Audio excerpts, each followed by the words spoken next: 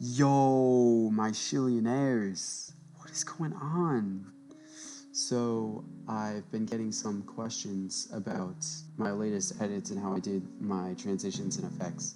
So, I'm just going to preview my favorite effects and my clean transition secrets. And the plugins that you need are Sapphire and Red Giant Universe. And it's mainly going to be Sapphire. So let me start a new composition here. I'm going to name it Poopy Tutorial 2. So I've already made a tutorial on my main process. It's pretty generalized, but it is there, and I will have it linked in the description if you want to check it out, because I'm going to be going through some of the things in this tutorial that I probably showed in my first one. So let's see here. I like to stay organized, so you want to have the folders that you know you're going to need. So if you look at this, I have my main clips and then a bunch of other folders of like sound effects and overlays, music, cinematics, miscellaneous, just so I know that they're there if I need them. And I'm going to open up my clips, and I just have some tutorial clips from an old editing contest. And I'm going to show my favorite transitions, and I'm going to show my favorite effects using these clips as examples. So I'm going to use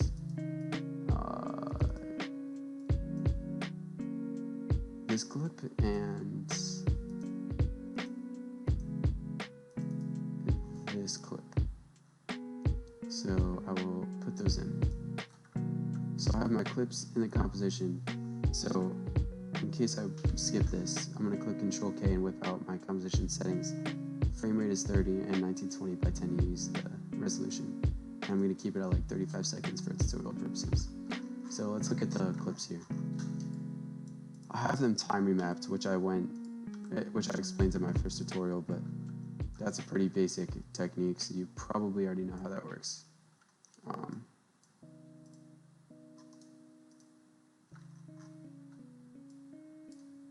So this is how it's looking. I'm not going to put any music because I'm just showing, in case there were beats here, I just want to show how I would affect the clip to make it happen. So I'm going to apply the main Sapphire effects that I use in distortion. The main Sapphire distort effects that I use are shake, warp bubble, warp chroma, and sometimes distort RGB. This is a more obvious effect. It's like a mixture between distort chroma and RGB separation, so I'm not going to apply it right now, but shake is a camera shake, so I'm going to use that later for transitions, and I'm going to show you how to make a great transition using Sapphire shake. Warp bubble, you have a lot of presets here, but it makes it all bubbly, and I usually use the flag preset, so like this clip can wave like a flag. Here, I'll load this preset up, and then I'm just gonna apply flag here, and any other effect is just too obvious, and I don't really fuck with it. So now I have it all distorted, and you can do a really cool like bubbly transition if I keyframe this amplitude. So if I click a stopwatch there and open up my keyframes and go to the end, you can keyframe this from 0 to 0.15, and I usually use a flag preset. So this is really cool. I use this in my last edit to reveal the character on the green screen coming into the shot. It was pretty cool. It's just a cool distortion. So that's warp bubble. Warp chroma is a common effect in like music videos. I'm going to apply an animation preset. So Cootie's 300 subscriber editing pack is a great editing pack that I use for some presets. I'm just going to go into presets here. Color effects. I did link this in my first tutorial, so if you go into that description, you will find it, but I'll probably have it in this description as well for his 300 subscriber editing pack. I usually use a right chroma for the preset. So it's gonna add a hue, which I'm just gonna take off, or I'm gonna leave it, but I'll put it at like something that's more like easy. And then so we have keyframes here. So basically warp chroma is gonna duplicate this clip several times, and that's what a step is. So the more steps you have, the more it's duplicated. And you can change where it starts the zoom or rotation, or however you want to affect it. So if I increase this Z distance here, it's gonna make a bunch of layers appear behind this main clip. 6 layers because I have 6 steps. So there they appear, and you can change where this center is, but you can obviously mess around with all these settings. But the main preset is gonna quickly rotate this down and zoom in. So if I drag these keyframes from the preset in, you'll see that, and it's clearly like way too out there for me. I'm gonna bring these closer together. So let's mess with the keyframes here because they're too much going on. You could just bring this. So I'm gonna bring the Z distance up so it's not as crazy, and then a little less rotation. And then you're gonna wanna reflect the top and sides. So make sure you wrap X and Y, or else you'll get this black screen in the background. And then these are already easiest, and it's gonna quickly drag this down. And it's a really cool effect. If you have like a beat in a song right here, but you don't want to do a clip placement to the beat, then you can just put this effect in, and it's a great preset for that. So if you had like a beat in a song, that would be a great spot for it.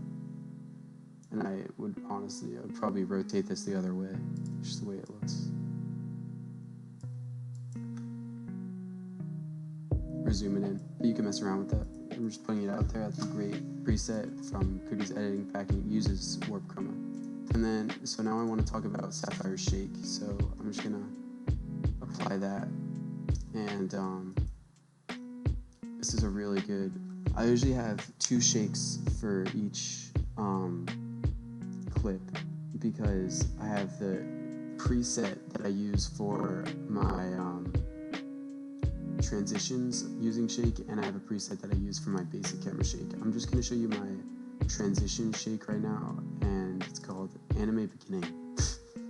So, because it's used in anime edits a lot, I don't know why, but so you can see that this amplitude is gonna be the only thing we keyframe here. So this is crazy.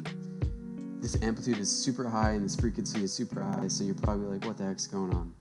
So if I expand my X, Y, and Z and tilt, you'll see these settings here.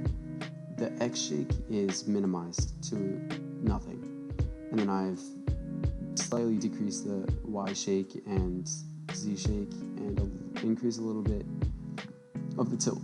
So it makes for a really good transition here. So if I go to the ending of the clip and click the stopwatch on amplitude, and then I go back like 10 frames here, I'll drag this amplitude all the way to 0.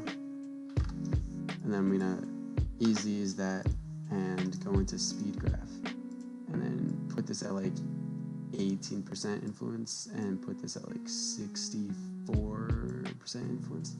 So this is the kind of speed graph we're looking at for the shake. And then if I copy this effect and put it on the next clip, so now I have the effects on this clip, and I'm gonna go back like 10 frames and reverse the keyframes here.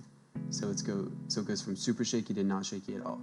And it's going from not shaky at all to super shaky, and it makes a great transition.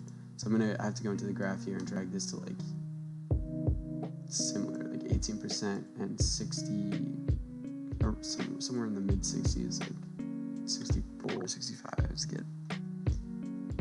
So let's see. So that's really dope. I use this in my transitions in my last edit.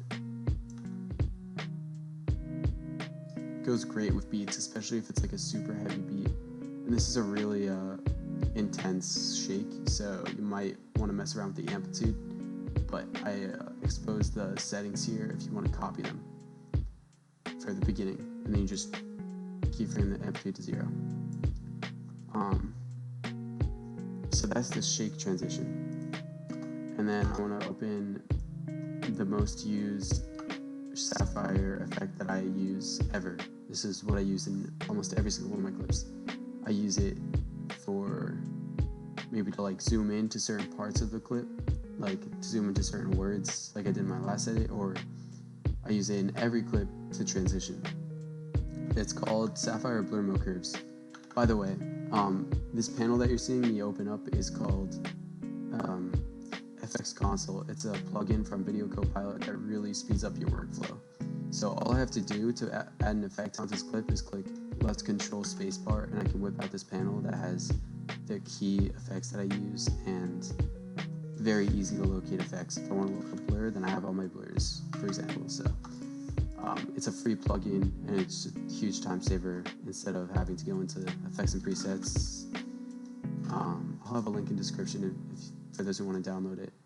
It's so much easier than clicking this and then going into your effect. So anyways, I'm gonna bring up my panel here and Sapphire S Blur Curves, but I have it as one of my key plugins, so I'm just gonna click it right there. You can set up your key effects in the settings by just clicking this wheel and then adding your shortcuts. So I have Blur Mode Curves here, and I'm gonna keyframe the Z distance and rotation. So I showed you the shake transition. I'm going to show you the blur transition that usually goes with the shake. So I'm going to do Z and rotation. So the smaller, it's a little counterintuitive the way this works. The smaller the Z distance, the bigger it gets. But the bigger the Z distance, the smaller this clip gets, because you're increasing the distance from the camera. So I'm going to do a zoom into this clip. So I'm going to go to usually do like around 10 frames for the transition. So I'm going to go like 10 frames back instead of keyframe. I'm going to click U to whip those out. And then turn this to like 0.4, for example. And rotate it like 3. And then I'm going to drag these keyframes to the end, click F9 on them, and go into the graph editor. And I usually drag these all the way to the right.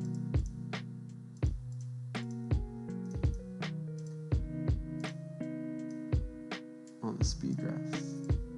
And then I'm going to copy this, and then I'm going to go into the next clip, apply Blur Mode Curves again.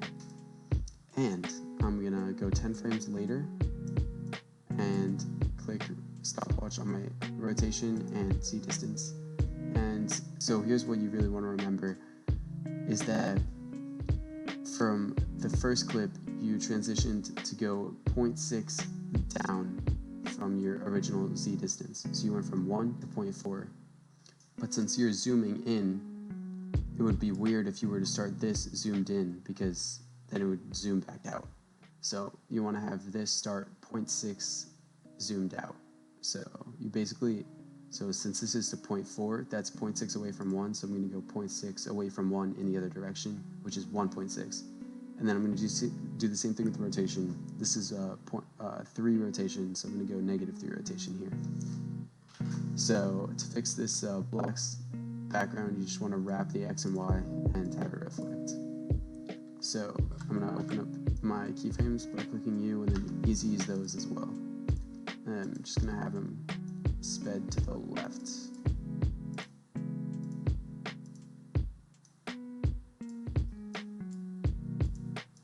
And now you're going to get a really smooth blur zoom in.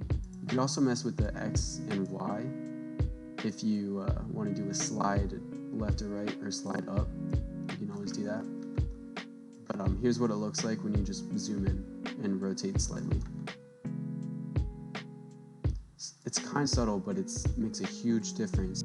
Like a decent edit and a professional edit. This usually has such a smoother, clean transition as opposed to something like just swapping to the next clip.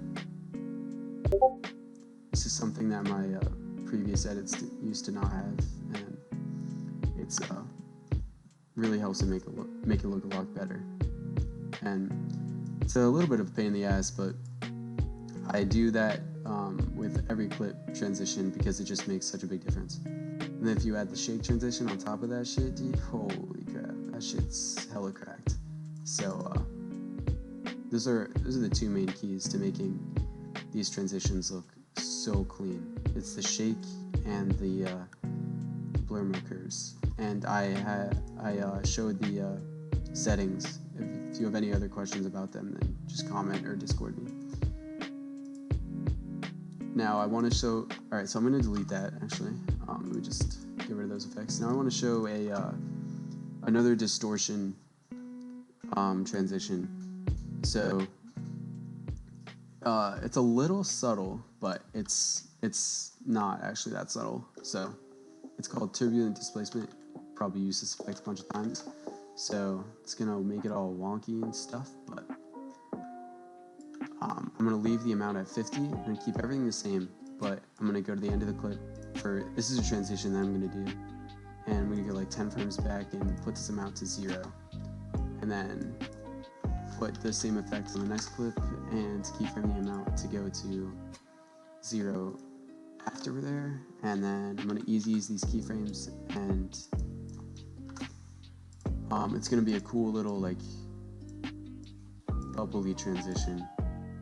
It's a cool style. It's good for like right when the gun shoots or something. So it's like kind of subtle, but it like squeezes into the next clip. It's really cool. And then so that's turbulent displacement, and that's not a plugin or anything. You could also do, if you want to use Sapphire, you could look up warp fish eye, and then if I apply that, I'm going to take off turbulent displacement. This is also a nice distortion. I'm going to load a preset. The preset that I like to use for fisheye is fisheye lens correction, because it actually like pushes it in a little. So if I take this on and off, you'll see. It's just, you can mess around with the amount, but I usually leave it at -20, and then I just keyframe that,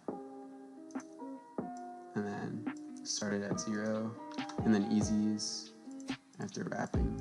You get the gist. I would just ease that from going from 0 to -20, and then -20 or -0.20 to 0. Same thing that I did with turbulent displace. Just putting it out there. Warp fisheye, another great distortion effect. So another effect that I like to use was trap code shine, but I had a free trial for that ended. But there's a great alternative if you have Sapphire, and that's Sapphire Edge Raise. It's basically trap code shine, and you have a lot of presets to work with. So I love messing around with that. Yeah, so those are the main effects that I use from Sapphire. Now we're going to be looking at Red Giant and the effects that I like to use for that. So let me just take out a text layer here, for example, and type in some text. And this, we can mess around with Red Giant Universe to change this a little bit. The main text changer, or like text effect that I like to use, is called Ecto. So if I go into stylize and click Ecto, you'll see, and you have a lot of presets, but you usually got to mess around with this stuff. Just decrease all these values a little bit so it's a little subtle, and then change the post glow so it's not as crazy. Another great effect from Red Giant Universe is heat wave in distortion, and it's a really clean blur. I usually gotta lower the speed, but it's looks really smooth, especially for like a clip like this. It would work really well. And then chromatic aberration is also really good. If I go into this right here, it's like an RGB separation along with a lens distortion, so it gives you a really cool look. I would usually use this in like first person since it's already like a bulged POV type of thing. And then I like to add a lens texture. If I go down here to lens texture, you can add any of these. So for example, do frozen, and you can bump that up. I like to add this on top of a lot of my clips. My other favorite is stylized VHS. This is a super dope. You get to add a little VHS look, and it's super easy to keyframe in and out. If you want to do that, you can just blend with original here. And you got all these presets. It's got a pretty easy dashboard to use. It's a little slow, but you just click this and it'll bring out your dashboard. And then you just got a bunch of effects, but those are the main ones that I use. Also, glitch is great. You really can't go wrong with the glitch because they all look pretty cool. So you could just mess around, and then they have presets of their own. So yeah, and there's another one that I love to use for color correction. So let me add an adjustment layer here after I collapse these. Control-Alt-Y, and say I'm trying to do my color correction, like I've finished this clip, it looks great, I have my effects or whatever, and then I want to add my color correction. So I usually just do looks, and then I have a preset that I would use. For example, I'll go into custom and just use this one, and I'll turn that down a little. And then, so I have my preset, and I want to add a little more, like maybe like real smart motion blur, and then I would use Red Giant Carousel. So you're looking at this and it's like, what the heck, that looks weird. But if we just mess around with this, we're gonna be fine. You're gonna take off the frame style, take off the vignette, maybe leave it at like 6 or something. So there's a lot of color process going on. We want to take off the fading because that's just too much. And then the color process is a little out of hand. And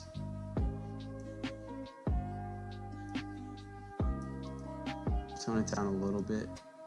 And then we have our light leaks here, and they look really dope, but maybe change the opacity a little less.